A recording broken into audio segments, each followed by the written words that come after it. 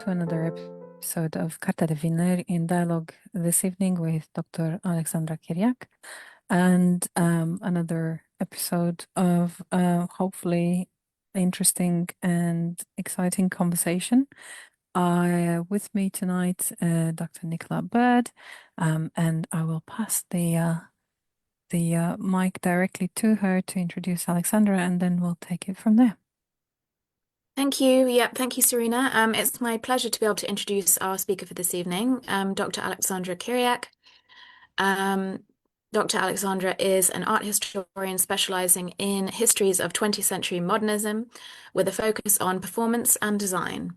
She is currently an Alexander von Humboldt Research Fellow at the Leibniz Institute for the History and Culture of Eastern Europe in Leipzig. Previously, she has held fellowships from the Leonard A. Lauder Research Center for Modern Art at the Metropolitan Museum of Art and the Hedda Stern Foundation.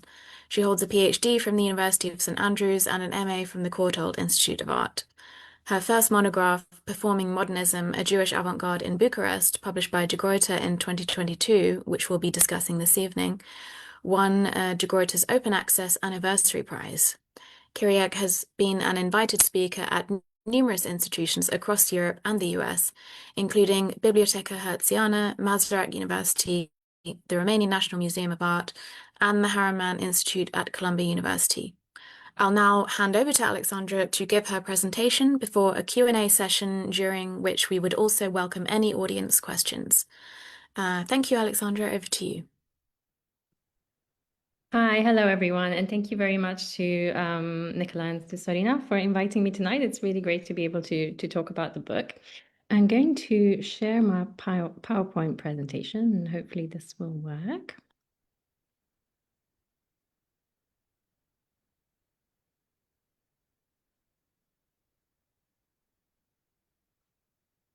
I'm hoping that you can see my screen and you can hear me well.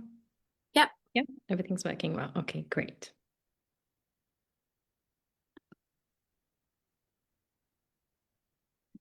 All right, so I'm going to be talking about this, my first monograph, which was published in 2022, and which came out of my PhD research studies.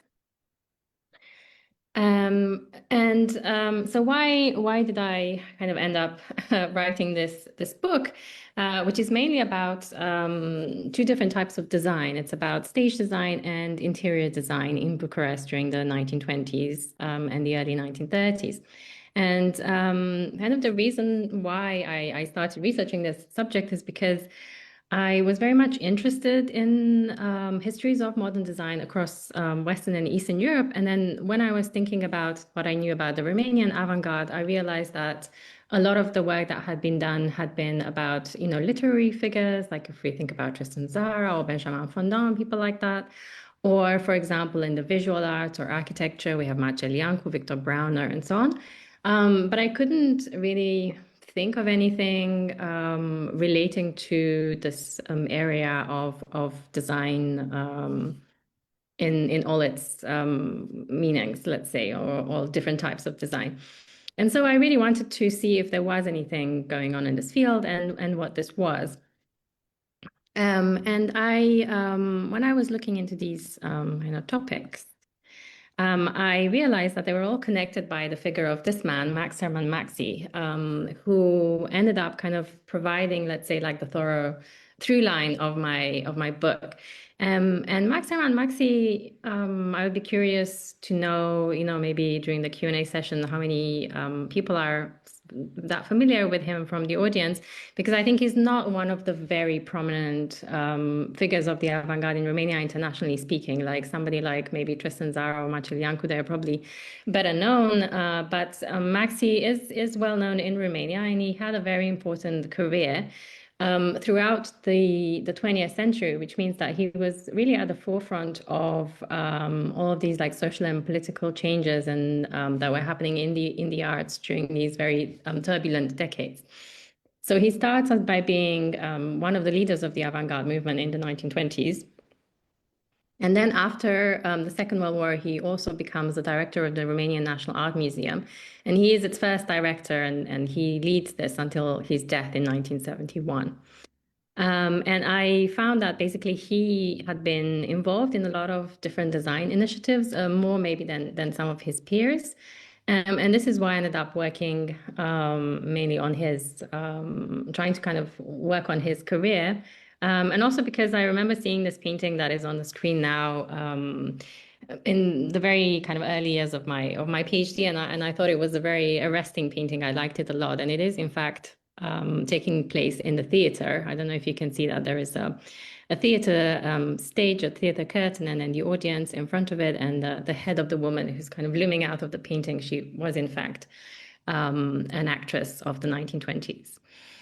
And so I was looking at his career, but as you will kind of see throughout this presentation, what happened was that I then came across a lot of other very interesting people who were perhaps not very well known, and who I discovered actually had really very interesting and very impressive contributions to avant-garde arts in Romania. And so this is how the book came about.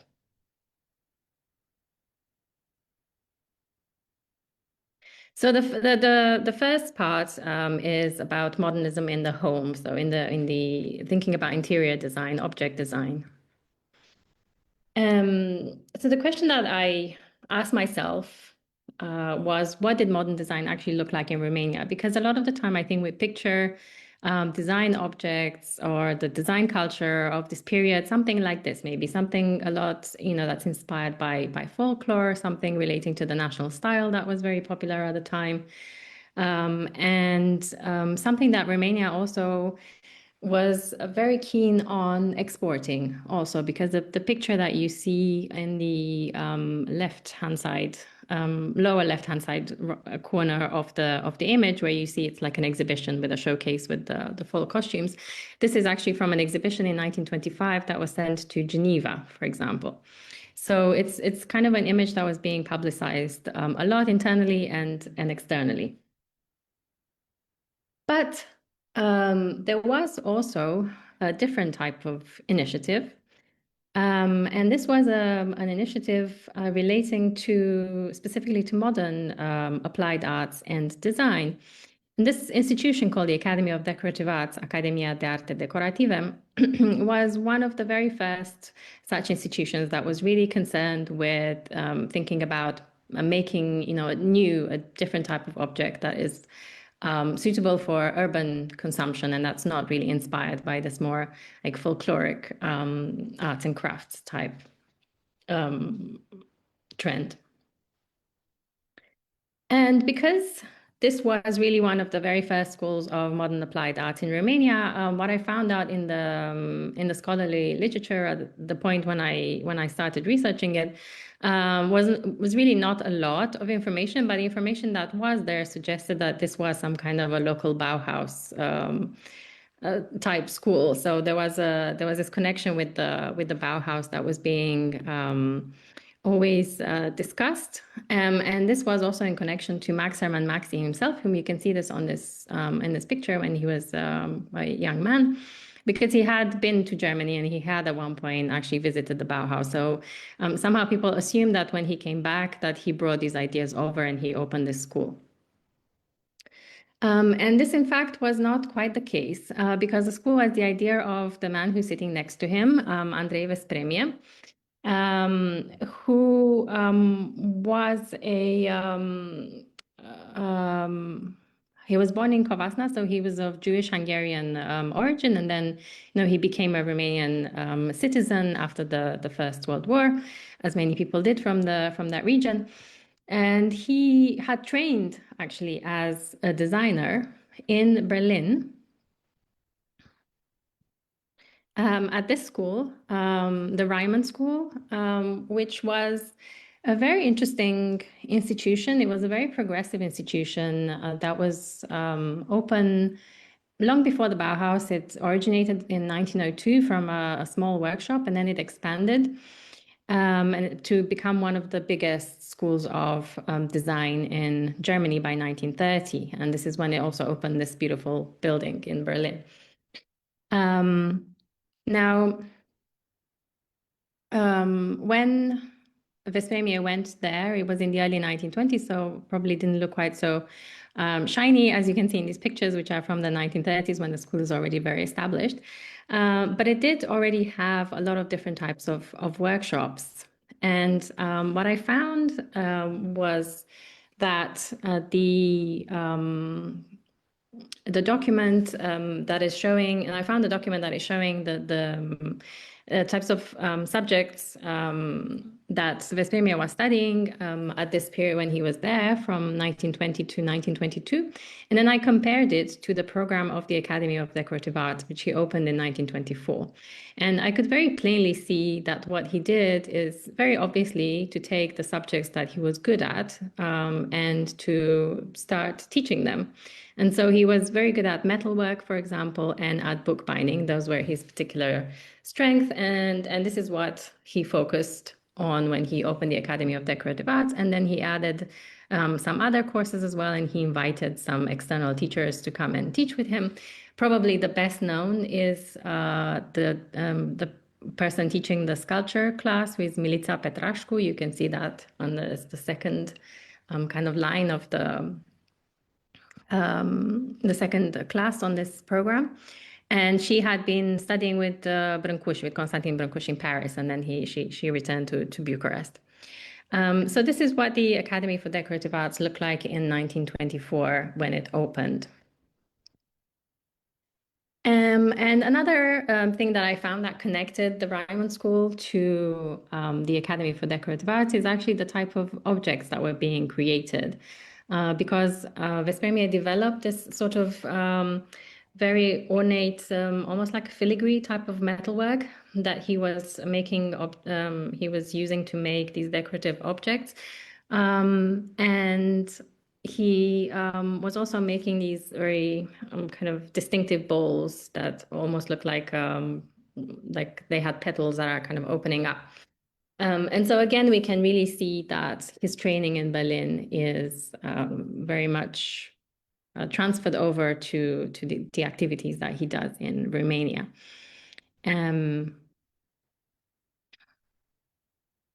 Right. So what happens is that when he begins to teach, for example, metalwork in Romania, there is then a bit of there's a bit of confusion really between the objects that Vespasian makes and the objects that Maxi makes.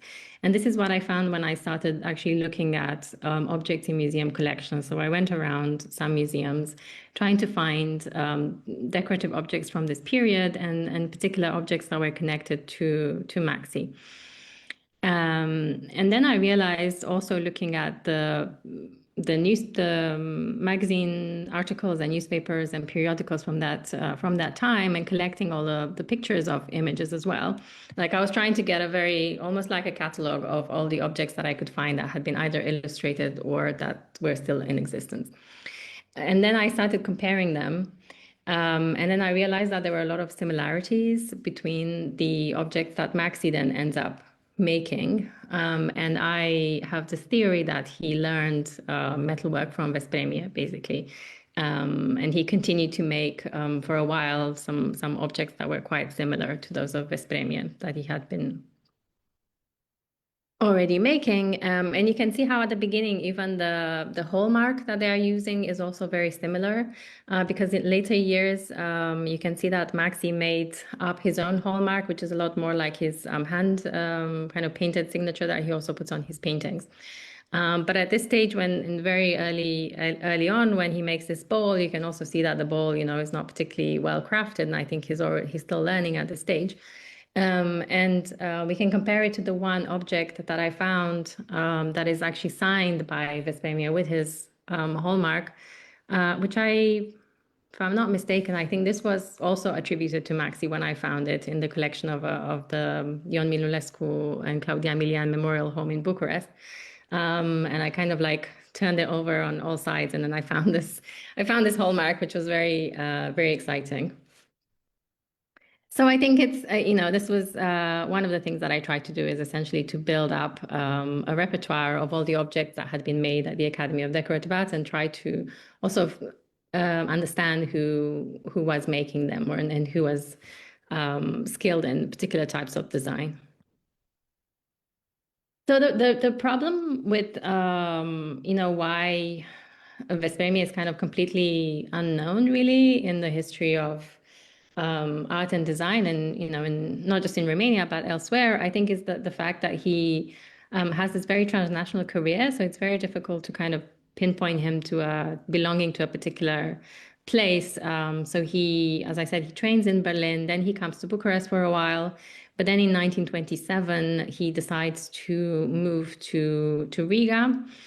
And when he goes there, he is still, as far as I know, exhibiting, and he does a lot of teaching as well. I think this was really his vocation, was teaching.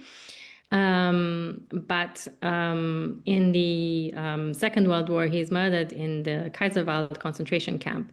And so he sort of almost disappears from histories of art and design, which I think is really a shame. And so I try to kind of find out as much as I could about him, and put together a bit of a picture again of his life.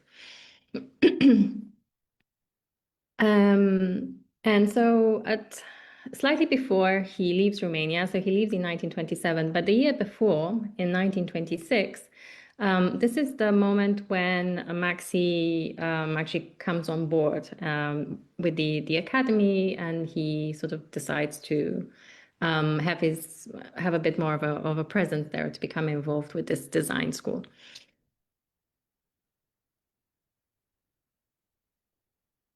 What I didn't know, which was another surprise when I started my research, is that in fact the person who really makes this collaboration happen is not Maxi himself, but his wife, Mela Brun Maxi, whom you can also see in this picture that I showed earlier. And in fact, the little girl who is in the lap, is in Veszprémy's lap, is the daughter of Liana and Max Hermann Maxi. Sorry, Melania, the daughter is named Liana, and she is the child of Mela and Max Hermann Maxi.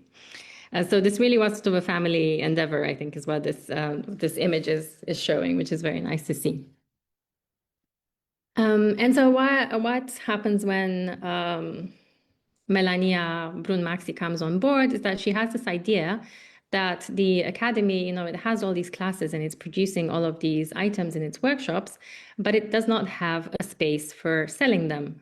So she comes up with the idea to make a selling space for the academy, where the objects are being shown and they can be purchased. Excuse me. They can be purchased by people who are interested, by collectors, and so on. And Mela Brun Maxi was already quite, let's quote unquote, elderly when she married Maxi. She was 29. So for this time, I think she was a lot older than, she was 29 years old when she married Maxi after the First World War. And she had already had a career beforehand, where she had been working as a representative of a British manufacturer, furniture manufacturing company called Maple & Co., which was distributing its furniture across the world. So she already had a lot of experience with selling design items and with interior design. We can see here on this document, which is the letterhead paper of the Academy's exhibition space, of its selling space, that she is its de facto leader. It says here, permanent salon for the decorative arts for the modern interior under the leadership of Mrs. A. Brun Maxi. And I also found something like a contractual document that is handwritten between her, Veszprémy, and another man who is providing also some funding, an investor, which again sets out the terms of this collaboration, where it is clear that she is the person who is responsible for running this space. What she does, which is very interesting and unusual for this time, is to create these rooms that are essentially, complete rooms. They were called ensembles at this time, and this was a term that comes from French, obviously, because this is sort of where the idea came from towards the end of the 19th century. It was mainly from department stores or international exhibitions that started presenting design objects in this way. So not just displaying them by group or, like kind of mixed together, but trying to create a space that looks like an actual room. And this is a strategy that, is still popular today. Like if you go to IKEA, this is how they also structure their selling space. Now, this was not very usual in Romania at this time, and this is remarked upon by newspaper articles, that comment on when the exhibition opens. And I think it's very interesting to look at the pictures and to see how Mela Brun-Maxi is essentially creating these very inviting spaces. You can almost you can't really tell that they are not somebody's living room, for example, until you see the little. You can see that there are little like pieces of cardboard on like the chair and on the little kind of like couch, where they have, they usually would have information about the name of the maker, of the designer, and also maybe the price. So I think these are the only indications when you see these little labels that this was actually a space where you're supposed to be looking around, to be shopping around for furniture or for decorative objects. But otherwise, it's supposed to make people kind of acquainted with this type of design because perhaps they hadn't seen a room like this before. So it was really about being inviting, creating a vision, creating, a particular aesthetic experience for people who are coming into this space. And the other thing that Mela does is to also have a lot of these images, photographs taken for publicity, and they appear in many different types of newspapers. Again, a lot of the pictures that appear are not of single objects, but they are usually of a whole part of a room, in order to once again create this complete kind of aesthetic experience. And one of these images is used on the cover of this magazine Integral, which is an avant-garde journal that Maxi was running. It's Maxi's journal of this period, and it's probably one of the reasons why people like Andrei Vesprimie and Mela Maxi are somehow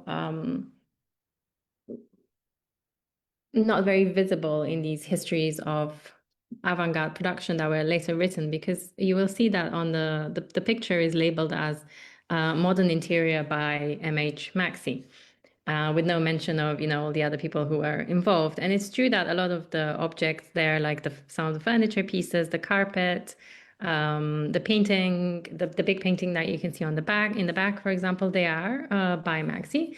But by no means is that the case for all of the objects in this image.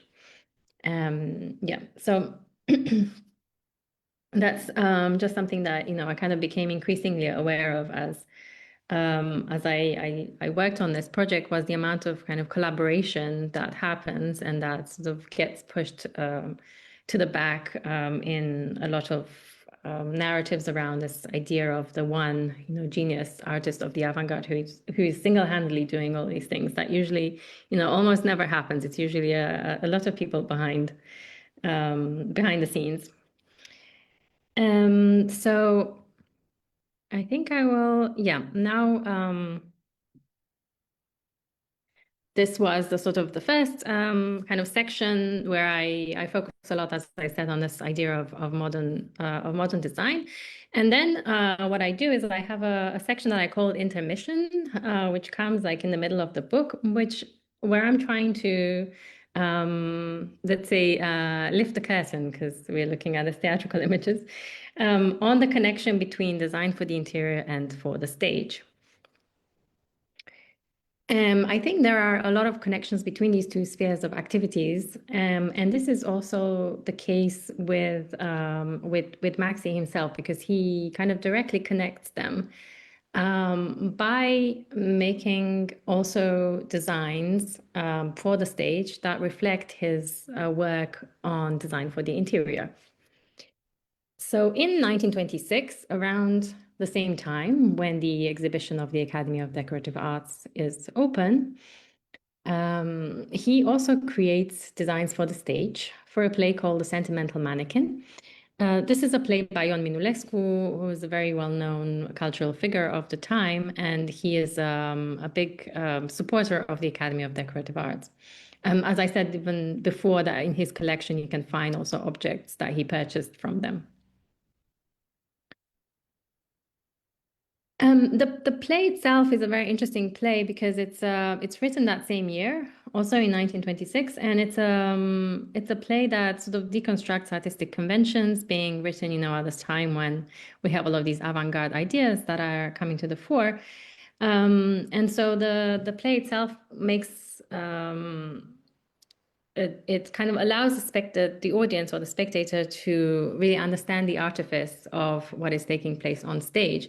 So the idea was that the action on stage would take place as though it was in a shop window, and that the actors are portraying some shop window mannequins or shop window dummies, and hence the name, The Sentimental Mannequin.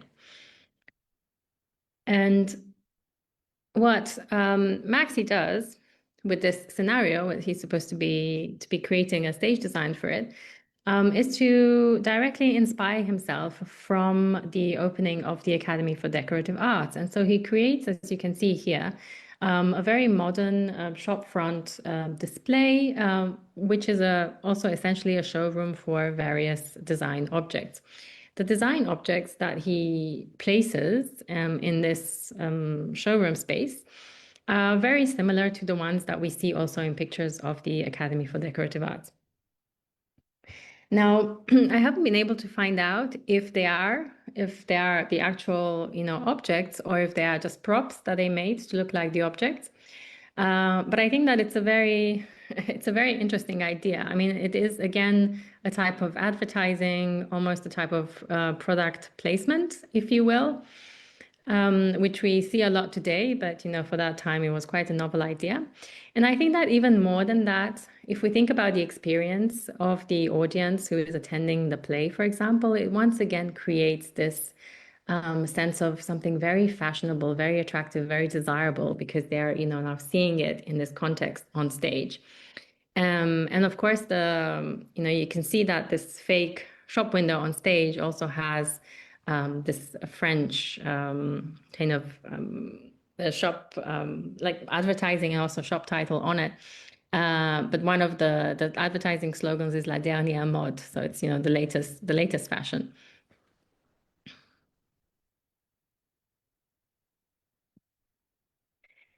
What is very interesting as well is that Maxi, although known as mainly as a painter, I would say nowadays, he does more than even enter this field of design. He actually is very professionally interested in advertising and in shop window design and shop design. And he begins to write for trade journals. And this is the reason why a lot of these articles that I found, they were never really included in accounts of his artistic career, because I don't think that anybody really thought to look outside of avant-garde magazines, for example.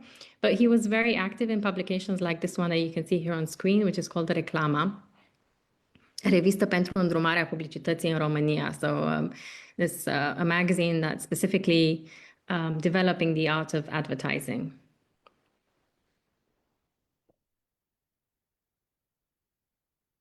And the articles that he writes are usually in the guise of kind of advice or guidelines for shop owners. He specifically connects shop interiors and also shop windows to let's say, the aesthetics of painting or stage design as well. So for him, it's like an artistic endeavor. And he thinks that when you go inside the shop, or when you're looking at a shop window, that this should also be thought out in a certain way in order to provide an aesthetic experience that is both pleasant but also suitable for the time. So that's something kind of representative of the modernity of this period. So for example, he is criticizing shops that are still using some 19th century interiors with heavy decoration, heavy stucco decoration, and presenting, let's say, some very luxurious modern automobiles from the 1920s. So he thinks that something like this should not happen, that it's a very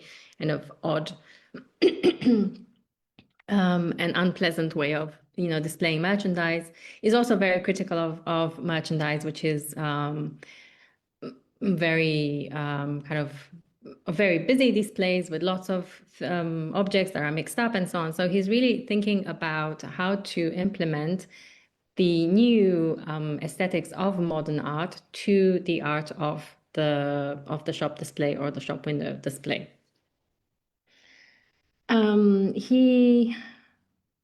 So he is writing these articles for trade magazines, for business owners, and the reason why he is doing this, and the reason why he's kind of ahead of times, and also Mellamaxi's interiors are ahead of the times, because if we look at the ways in which the shop windows and shop signage looked in the 1920s in Bucharest, it was still quite old-fashioned. It was still a little bit, hasn't really moved on from this 19th century painted types of signs, of shop signage. And I always like to show this picture from a contest that the Chamber of Commerce did for the best shop window display in 1928. And this is one of the winners.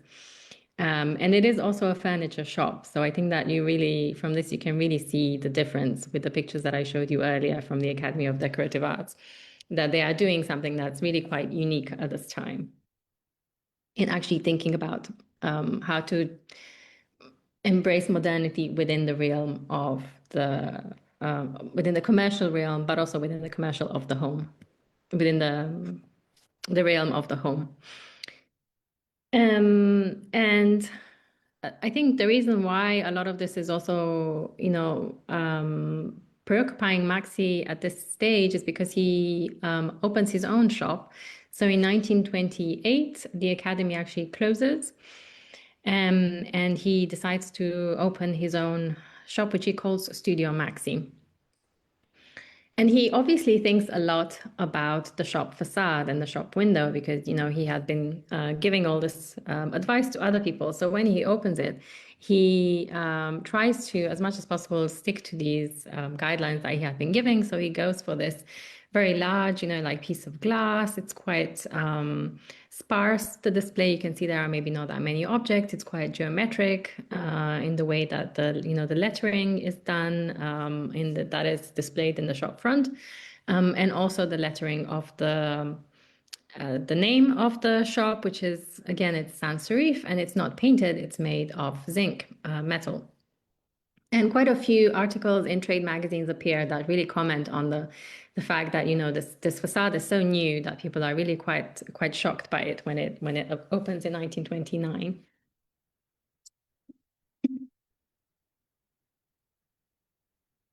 All right, so this kind of activities that he was undertaking in the realm of designs are taking place at the same time that, as I said, he becomes also very interested in stage design and theater.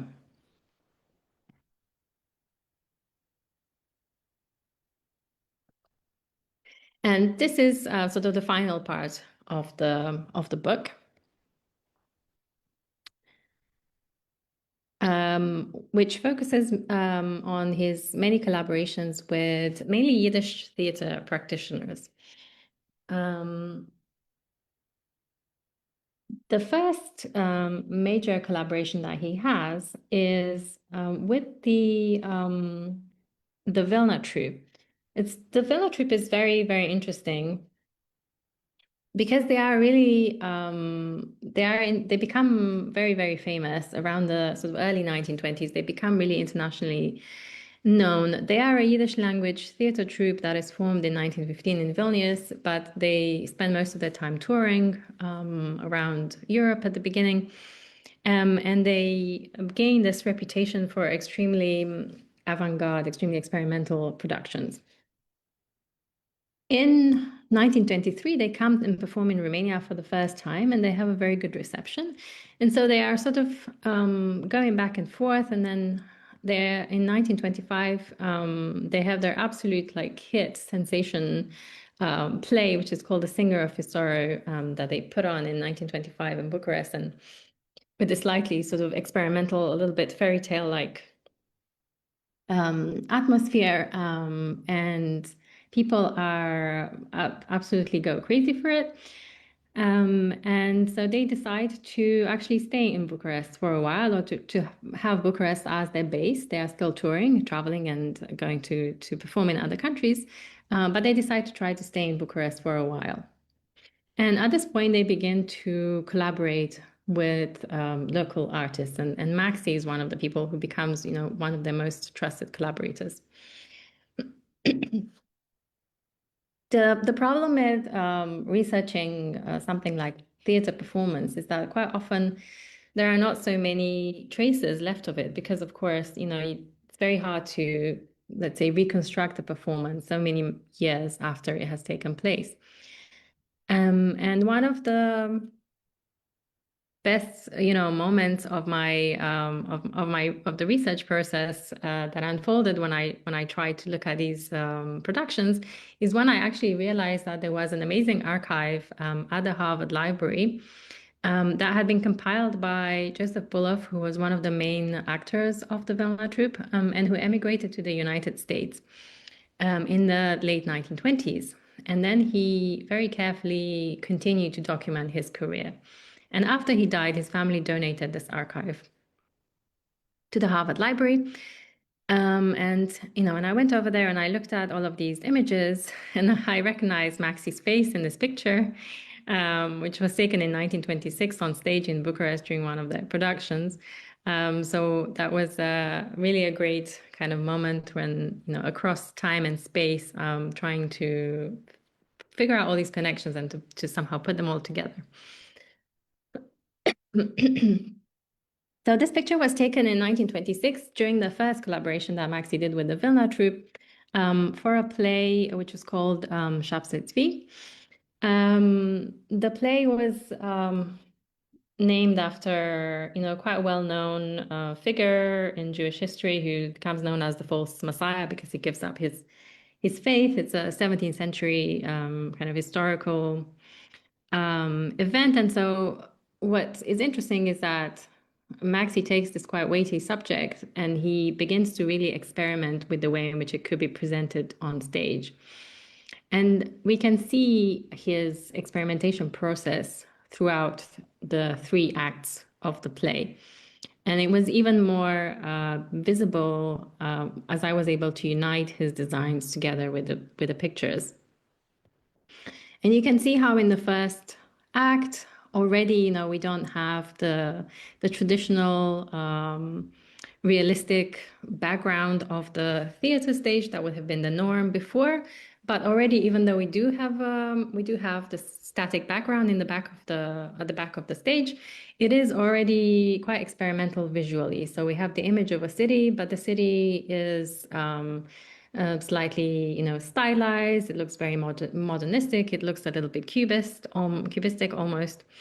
And so he's playing around with these different proportions and different ways of showing the background. In the second stage, we are already having not just this background, which by now is completely abstract, but we also have a lot of movement on stage and a lot of kind of pieces of the decor that are moving around. We have this idea already that is beginning that you can create a more modular kind of decor, let's say, that can provide a lot of movement on stage so that the stage is not so static. And so here we have this, for example, construction in the middle, this pedestal that we see in the middle of the stage. And when we get to Act 3, this pedestal is turned around and it becomes the staircase that is the centerpiece of this third act.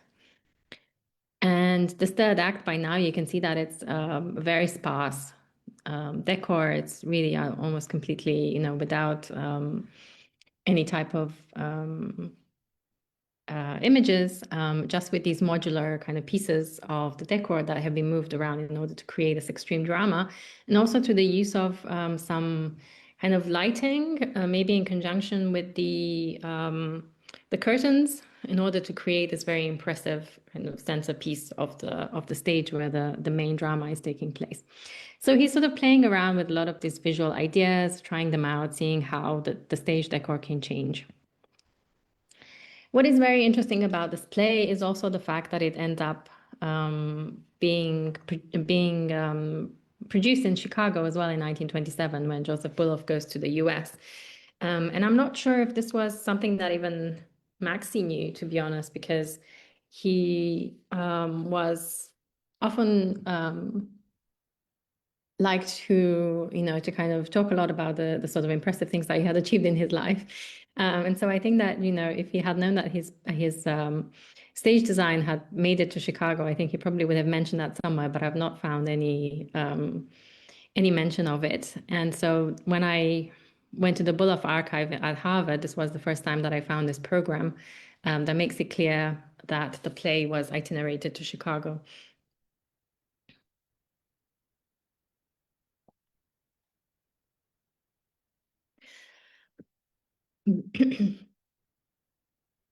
And another play that Maxi did with the Vilna troupe, where he's even more experimental. And so here he completely drops the painted background, and he goes for this very interesting transparent construction made out of these wooden beams that suggest a room. And I think, again, we are seeing this connection between interior design, between, the transparency of shop windows and the theater stage, because we are looking at these people as though, in a fishbowl, essentially, even though they are technically within an interior space. So we are sort of not just breaking the fourth wall as, we usually do in theater, but literally there are no other walls, none of the other walls actually exist. And we are almost having like X-ray vision, which is how one of the reviewers who talks about the play, who describes it, discusses it also in terms of this, the modern, scientific kind of achievements that allows us to actually see through space and through. So this is a very interesting way in which, this ideas around modernity and what modernity looks like are being integrated on stage at this point. So this is also the second act. We can see that again, we are having these very schematic designs and everything is just sort of down to the bare bones.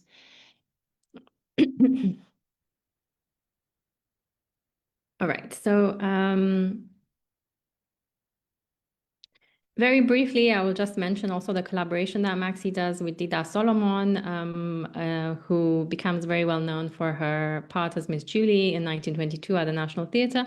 But then she opens her own theatre, where she puts on some really interesting, very avant-garde productions. Unfortunately, this only lasts for about 6 months because they run out of money. But she puts together with this great team of very interesting, very visionary artists who work in the theatre production, in design, with Maxi among them. And the other unfortunate thing is that there seems to be no images of any of these productions that appeared anywhere in newspapers or anywhere like that. And I haven't located an archive. So it's a bit of a mystery what they actually look like. But from the many descriptions that we have in the press, they do create, some very shocking moments. Again, we have a lot of modular sets that are being used. And there is one description of a play in which the actors kind of pause at certain moments as if they are being photographed, as if they're, like freeze framed.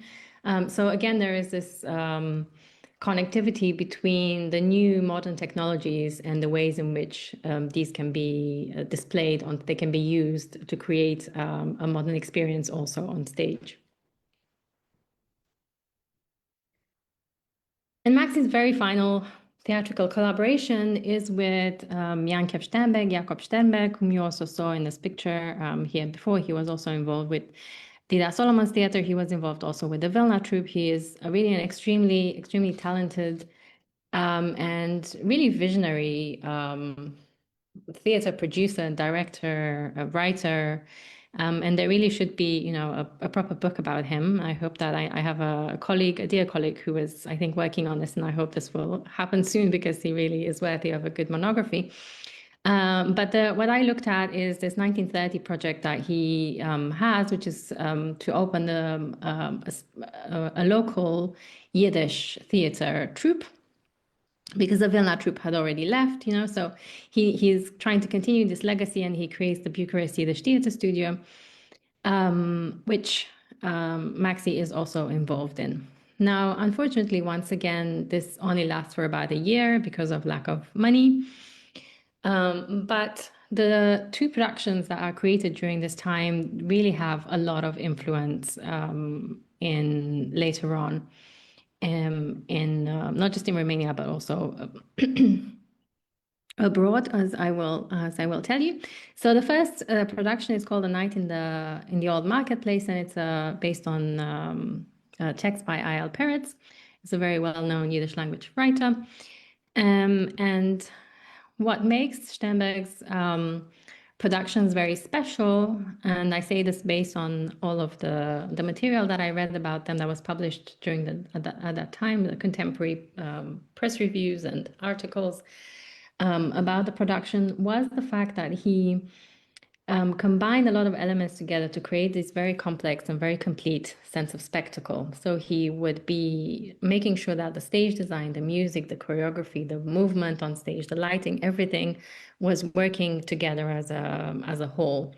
And scenes like this one is a very famous scene of the Dance of the Dead from this play that, you know, a lot of writers comment about this, and the incredibly kind of sensorial and very intense experience of being in the audience of these plays. You can see again here this other image, the way in which the lighting is used, that it's very dramatic, and you have these hands that are coming up over a parapet of light that appear above the heads of the actors.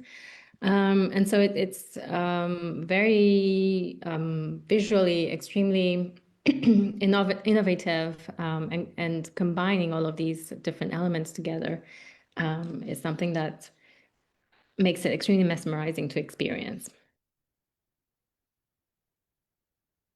And the other production was called The Bewitched Tailor. This is the one that Maxi was more involved in designing, and you can maybe by now kind of recognize a little bit of his abstraction, the background that utilizes this type of abstraction that he likes to do, that's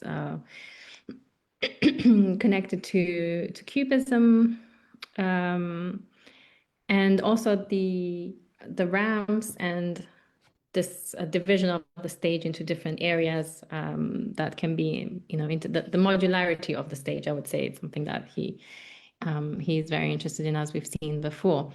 The interesting thing about The Bewitched Tailor, which I actually found out after I published already the book, that another book was published about Yiddish culture in France by Nick Underwood.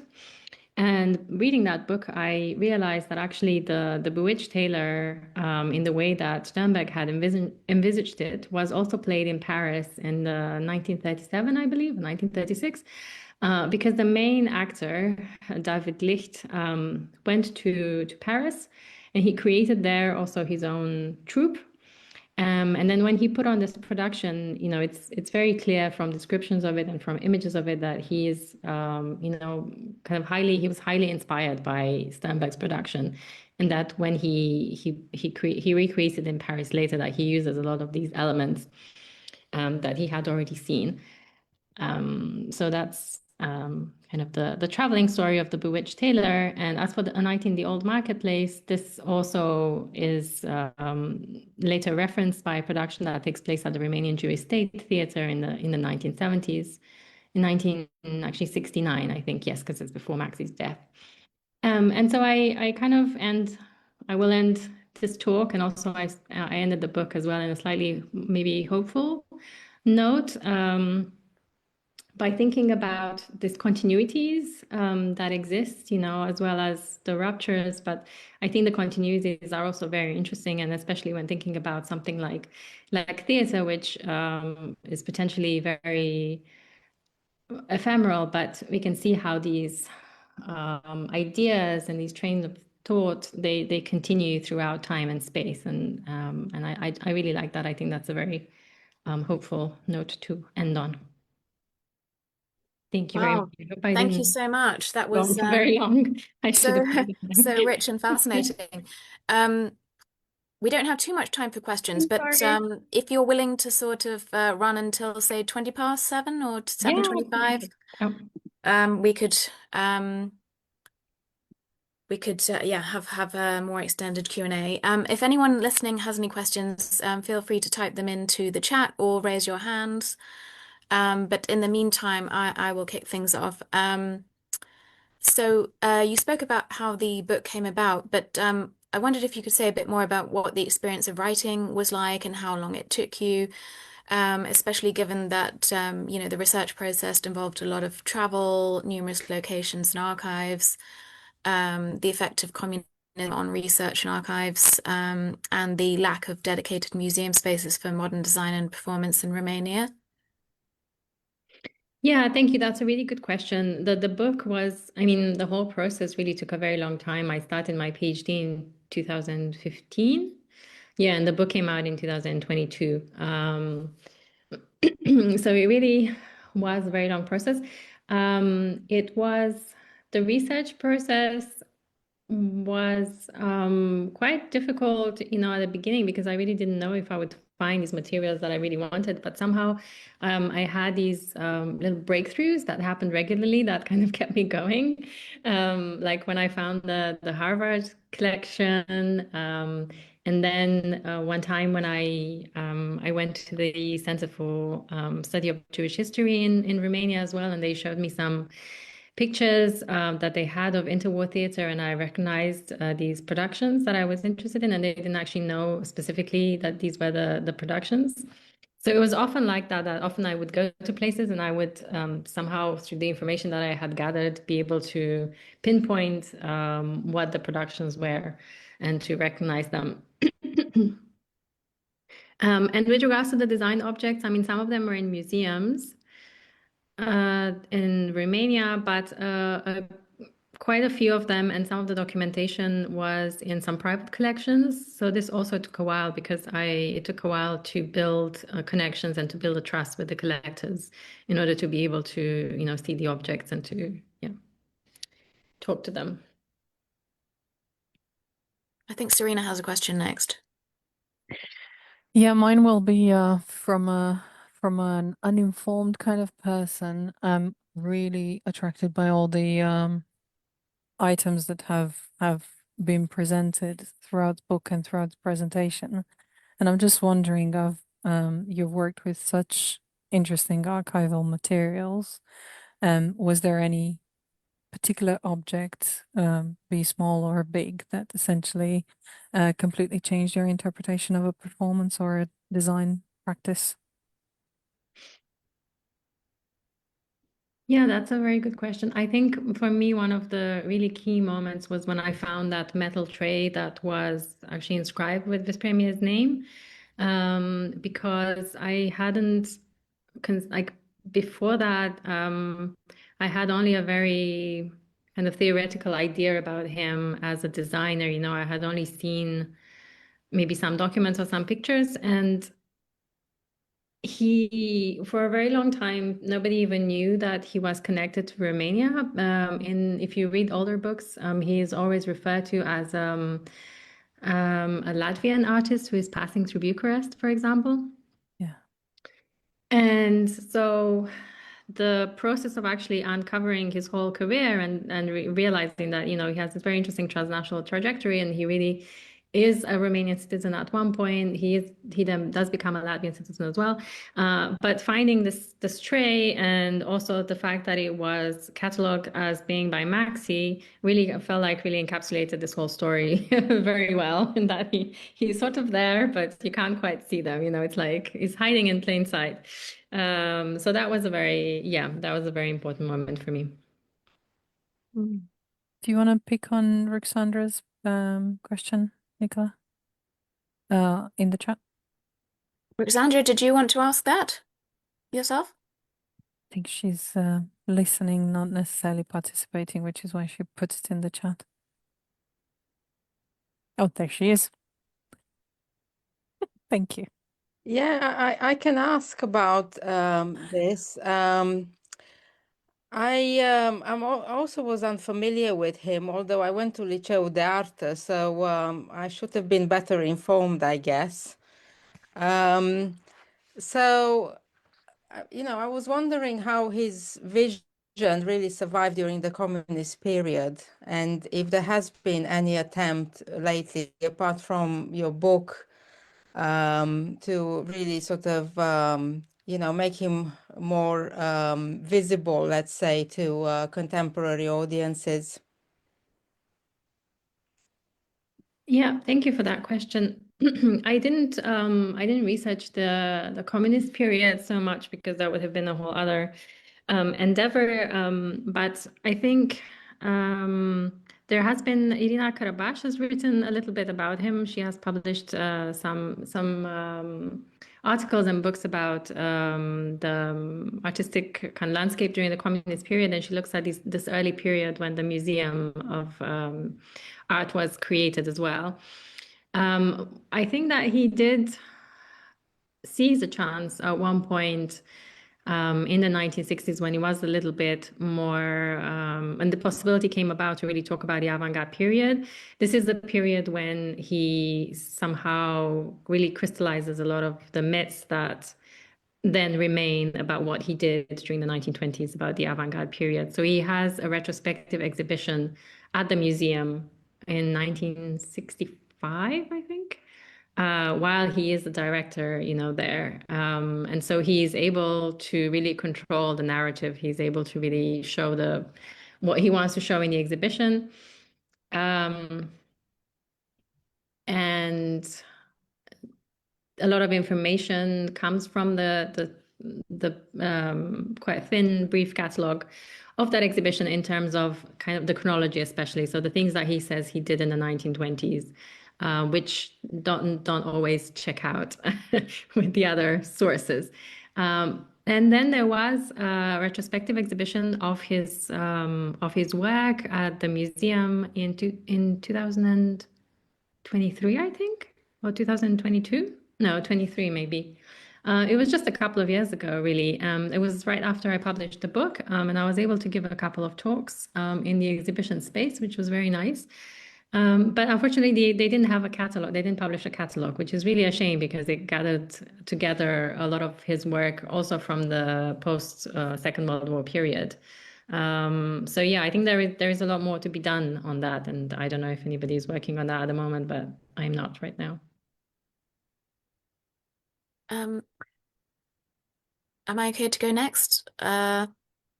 So yeah, just to make the point that our previous studies have focused only or largely on a small number of male figures and on literary outputs, namely sort of little magazines, whereas the focus of your book is on how modernism manifested itself in the realms of design and performance and sort of aims at expanding the canon.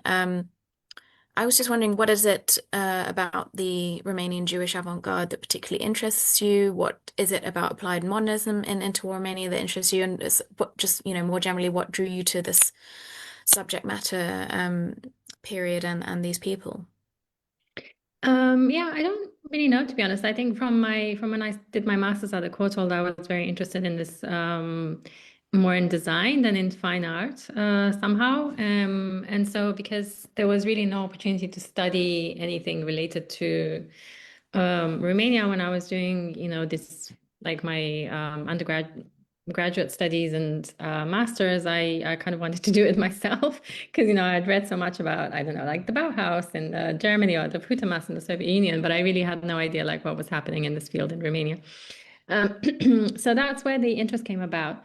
And then the part about the Jewish artists, again, this was not really on purpose, or I didn't start out that well, like to focus just on Jewish artists. But then when I was kind of halfway through the project, I realized that this is kind of how it is really connected in the sense that all of them are from a Jewish background.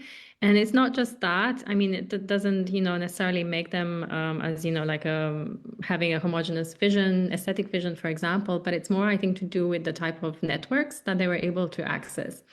So a lot of the reasons why they were all quite well connected. They were very transnational. Also, these theater productions were able to travel to a lot of places, but because they were tapping into these networks that were connected by quite often by Yiddish culture in the case of theater, but also just in general by probably some kind of like professional relationships that were and networks that were taking place between various Jewish institutions across different parts of Europe, because the Reimann School, for example, was also a place where many Jewish students studied, and it was set up by a Jewish couple, Albert and Clara Reimann.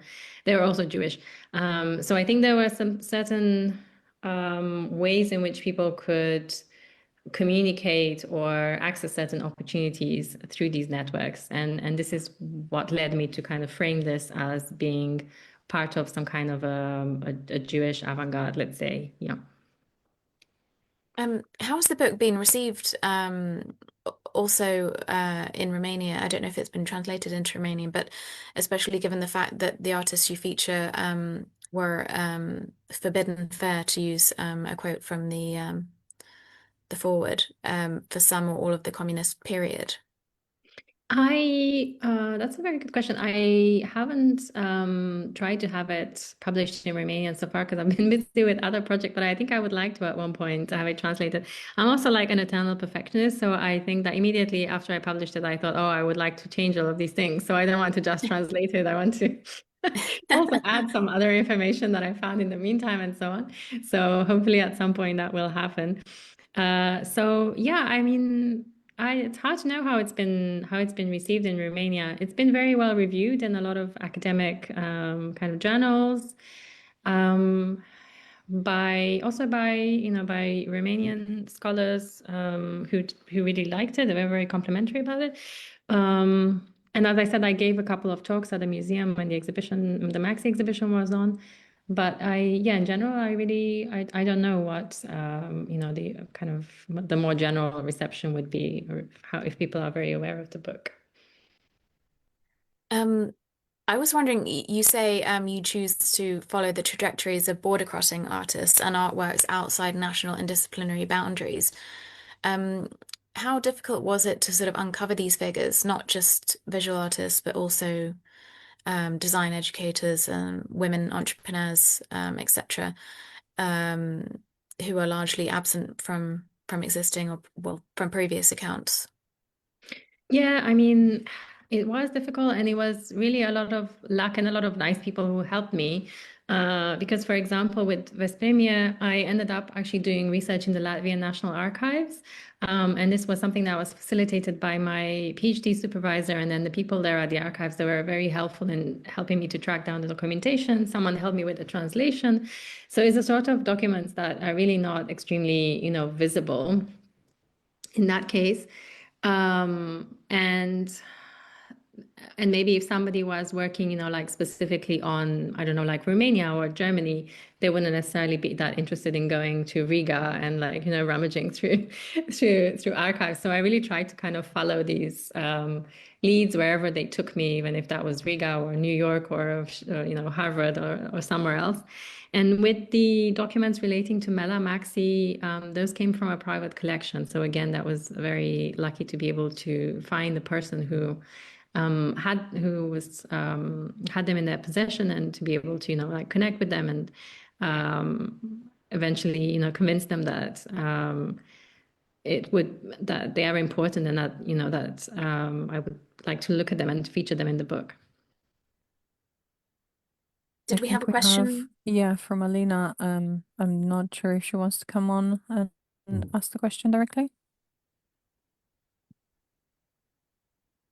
Otherwise, I'll read it for you.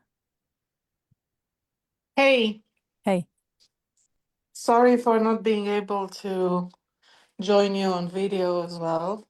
Congratulations for another great edition. And really thank you to your guests tonight. My question was, I love the idea, I love the book, I love the whole story and the presentation, so thank you again for that. Especially as somebody coming from advertising, as I was saying, from a generation that had to reinvent advertising in Bucharest after the revolution, with no school, no heritage, no access to any sort of information before that. I really appreciate that. And I hope there were more initiatives like this. And the point I was trying to make is that it feels very much like, so my mind doesn't go to continuation, like you were talking before. It goes to, actually not my mind, but my emotions, go to some sort of feeling that there's a connection over time that crosses times and crosses, I don't know, the skills and inclinations and um, it it feels like something that could happen today very well. It feels like something that is, there's no point in talking about the past and the present and the future. It's just human condition of the artist, and the nature of art, and the nature of design, and the nature of connection with an audience, and with the transformative qualities of a certain time, which can be any time. So, actually, the question that I asked before was, is there any interest in or any plans to take this to other means of expression, like, I don't know, make it into a video documentary, or an exhibition, or I don't know, a film, whatever? Because I could very well imagine this conversation taking place with an audience of producers and script writers and artists, and inviting all this, I don't know, the people from all fields of art and design and production, and especially today, with even in the field of AI, and really chat and talk and brainstorm about how we can reenact or give new life to that sort of to this story, and then other stories. Thank you for that comment. It's very inspiring, and I think this idea of these connections across time, I think are were very much on my mind. And especially, I'm glad that you say that it's interesting to hear about these histories of advertising and design, for example, because I also found that there was really not a lot that has been written about this period. And at least for as far as I could see, for stage design, when I was looking at what people are being taught, or the kind of materials or information that exists about the history of stage design in Romania, they usually start much later. And I'm not sure if it's the same with advertising, but I really felt like there was a big gap here of like thinking about how these fields, or how these professions even came about in the very early period of their existence. And with regards to somehow giving a more, say, creative or interactive life to the project, I don't know. I think it would be very interesting to do something like, a documentary or an exhibition. I don't have any set plans or ideas about that. So, if you if you have some ideas Yeah, or it's connections or worth anything like that, do let me it's know. worth thinking about. Yeah, it's worth thinking about. Stay I in mean, touch. people usually overcomplicate things, and when you start from a point of expertise like this book is, you already have uh, you can already be sure that you're not starting from a point of misleading ideas or mixing concepts that don't belong together or not having enough information or having to do a whole lot of research all over again. So since the work is so beautiful and it's so well done and it's so well documented, then it's really ripe for, just blooming into something different and taking new lives. And I don't know, in Romania, anywhere else, online, no idea. I'm just saying that, just organizing another conversation like this, it's not easy, but it's not like we couldn't do it. And we could, just invite a few people from the art and visual fields and maybe advertising as well, and just chat about opportunities and see where this goes. And if not, just spend a nice night and have a drink on a virtual drink online. Thank you. No, that sounds Yeah. sounds great, and I'm really glad actually that the book and the images are sparking, new conversations and new Yeah. Can we still imaginings find to do. can Yeah. we still find the book in Yeah, Bucharest? you can still find the book in Bucharest. It's also available because I was able to publish it open access, so you can also download it directly from the publisher, or you can also purchase it online. Sure. Great. Thank you for everything. Very nice to meet you. Thank you for your comment. Very nice meeting you. I just had a couple of questions about the Academy of Decorative Arts, and wondered if you could elaborate on the fact that you say that in the aftermath of Romania's territorial gains, national specificity was sought in cultural, artistic, and commercial production with a view to achieving cultural and social homogeneity across the state and its ethnically diverse populations.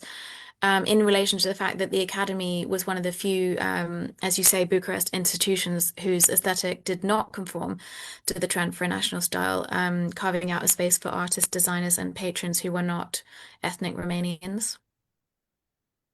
Yeah, I think that was, I mean, the fact that they were very interested in this very modern types of design really set them apart because, like I said, during this time, there was really this concerted effort to bring out this type of more, yeah, folkloric type of art. And I think the linchpin, or like, there's this very important moment in 1925 when there is the international exhibition of modern and decorative arts in Paris. This is famously the exhibition that gives rise to the Art Deco style. And so it's really this moment when, everybody's developing these very modern ideas around design. And what happens is that Romania decides not to participate. And this is the moment also when Maxi begins to write about, the fact that there is no design specifically for the urban inhabitants, that now we are going through this process of modernization, urbanization, but everything is still very much related to this peasant folklore, rural culture. And the exhibitions that are itinerated by the Romanian kind of curators and museum directors during this period very much lean into this rural side of things. So the avant-garde artists of that time, they are never included in international exhibitions of Romanian, art and design, for example. So I think there is definitely this division between what the official kind of narrative was and the space that these other people are trying to carve out for themselves, where they are trying to create something that's quite distinctly different and something that's very much in conversation with avant-garde design ideas elsewhere, be that France or Germany or in other places. Yeah, sorry. Just to following on another question about the Academy.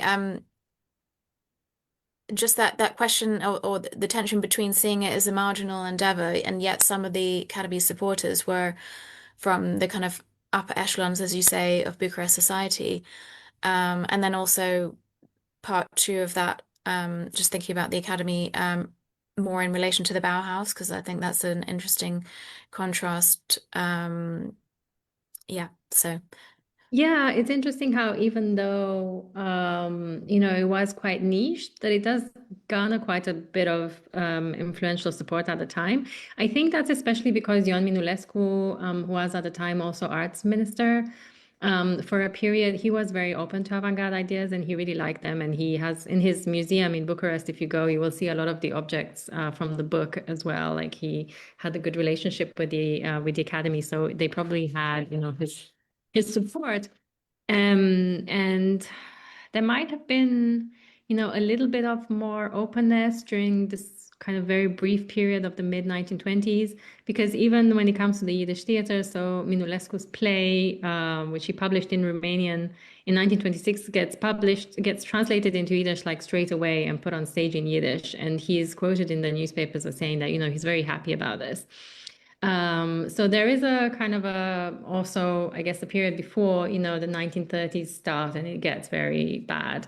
It's still possible to have these conversations, these artistic conversations between, like different groups of people.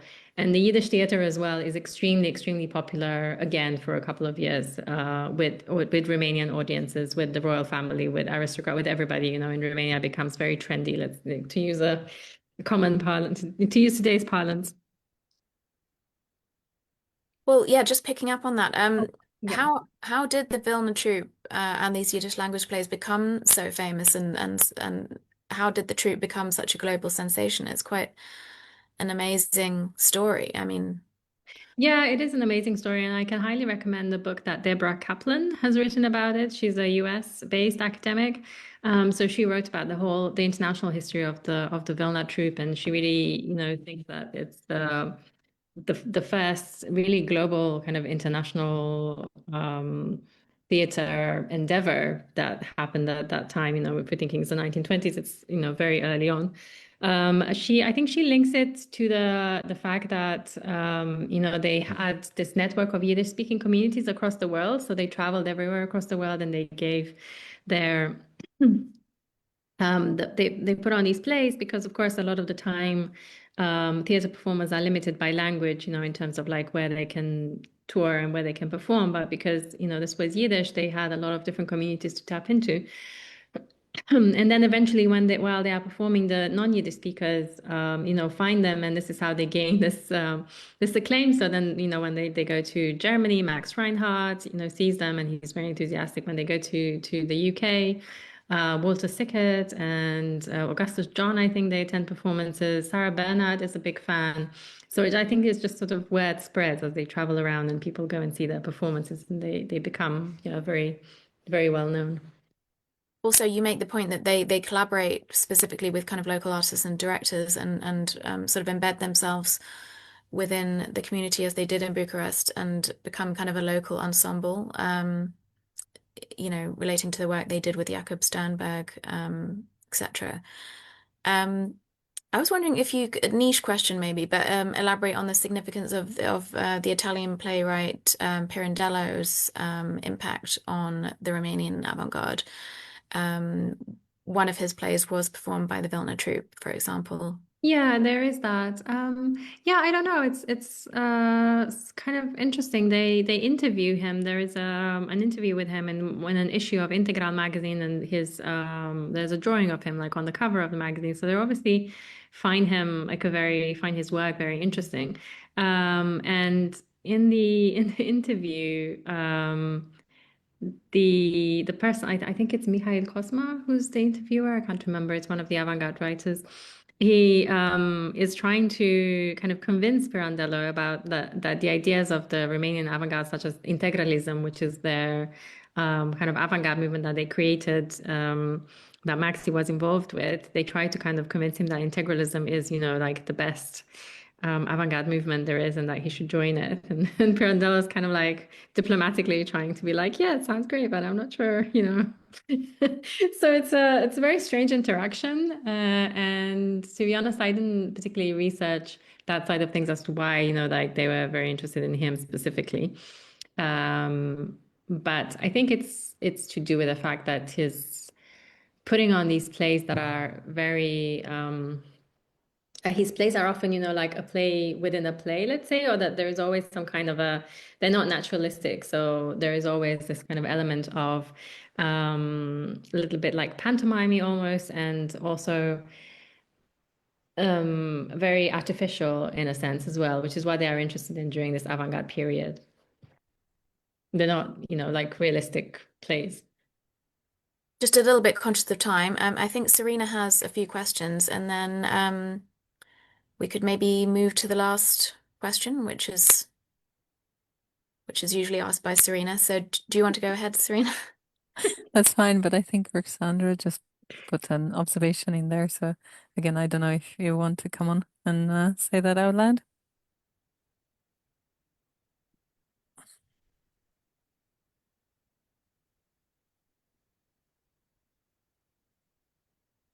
Well, no, I was just kind of wondering as I was listening to the discussion about this enduring appeal of sort of traditional folk design, you know, the sort of the appeal of the let's say not modernist, rather traditional side of the sort of peasant culture that continues to obsess artists across generations. So obviously we heard about Maxi today, but Mircea Cantor today is another example of an artist that draws inspiration from that traditional design. Yeah, absolutely. There is a lot of interest in that. And I think that I ended up going this other route because I felt like there was already quite a bit of literature on the more traditional or like craft infused design of that period. So I think there's already quite a few books about that, also about architecture, the national style and architecture by Carmen Popescu and so on. So definitely, you know, there is plenty that has been written about that, and it's it was an important aesthetic concept of the period. Thank you. I think what I wanted to add to the conversation is that throughout your presentation, I was having a look at the chat, and the one thing that every single person listening has echoed is how much we've all learned essentially this evening, and how little we've known about our own culture before tonight. So we were talking before going live, coming from Ploiești, I can't help but wonder, for someone who grew up in a small city, what everyday traces, in shops perhaps, or cafe interiors, or street fashion, or anything like that, should we look for to recognize the influences, even when these are going uncredited. So because it's mostly unseen and it's definitely not signposted, what should I look for when I go back to my city? What lens can I look through? Oh, that's an amazing question, and I don't know that I have an answer for it because I think that, as we know, you know, Romanian cities are very layered.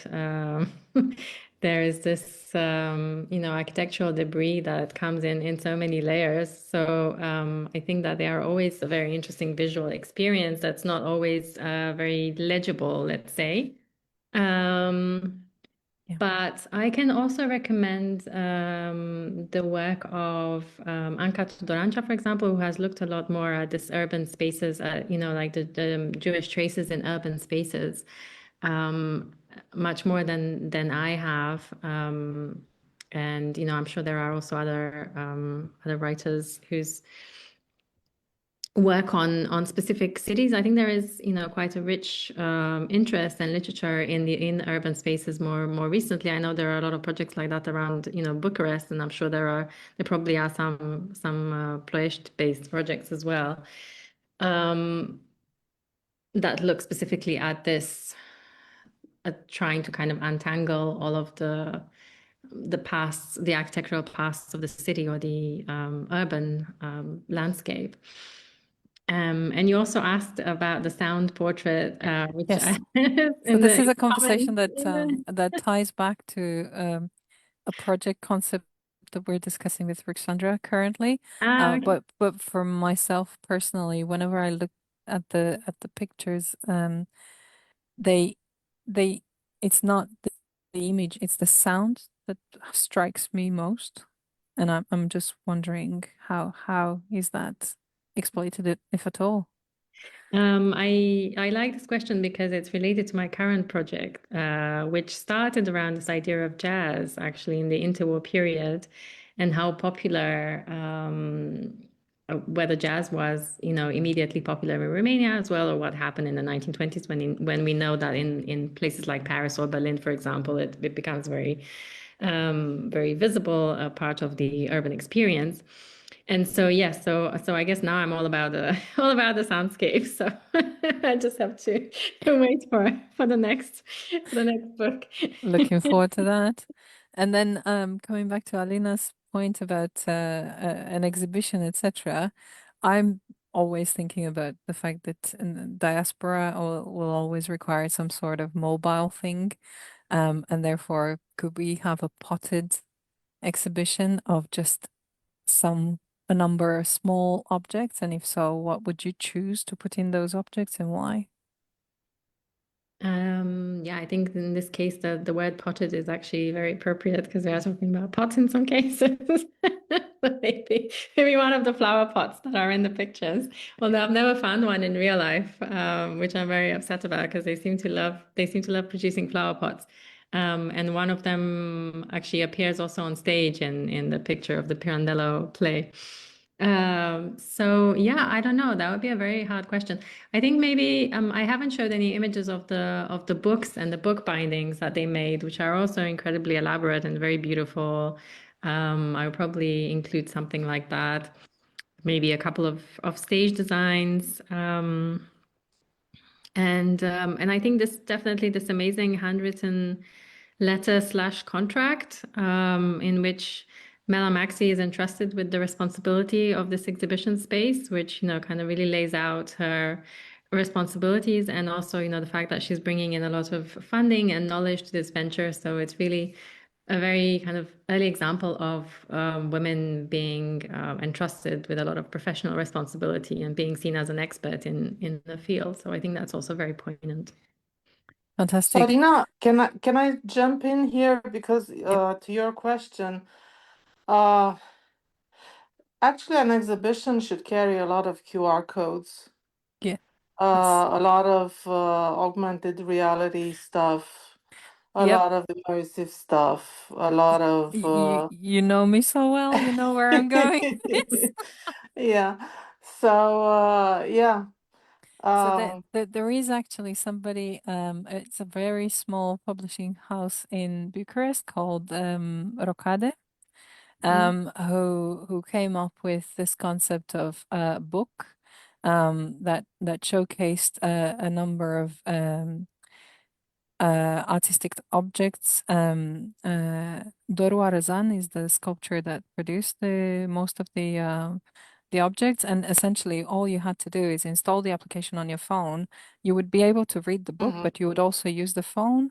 And mhm, when scanning the picture on the page, it would actually bring everything to life. You would be able to hear the music, and see the object in all 3D. So sure.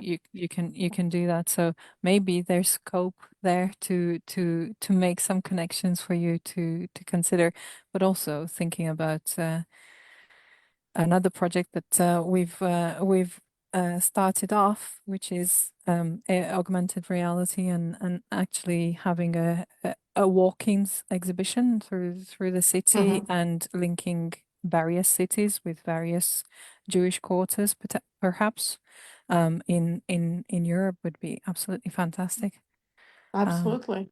so yeah, a lot of food for thought there. So Yeah. thank you ever so much. This has been a fantastic experience. Um, I think the last question you kind of answered before I asked.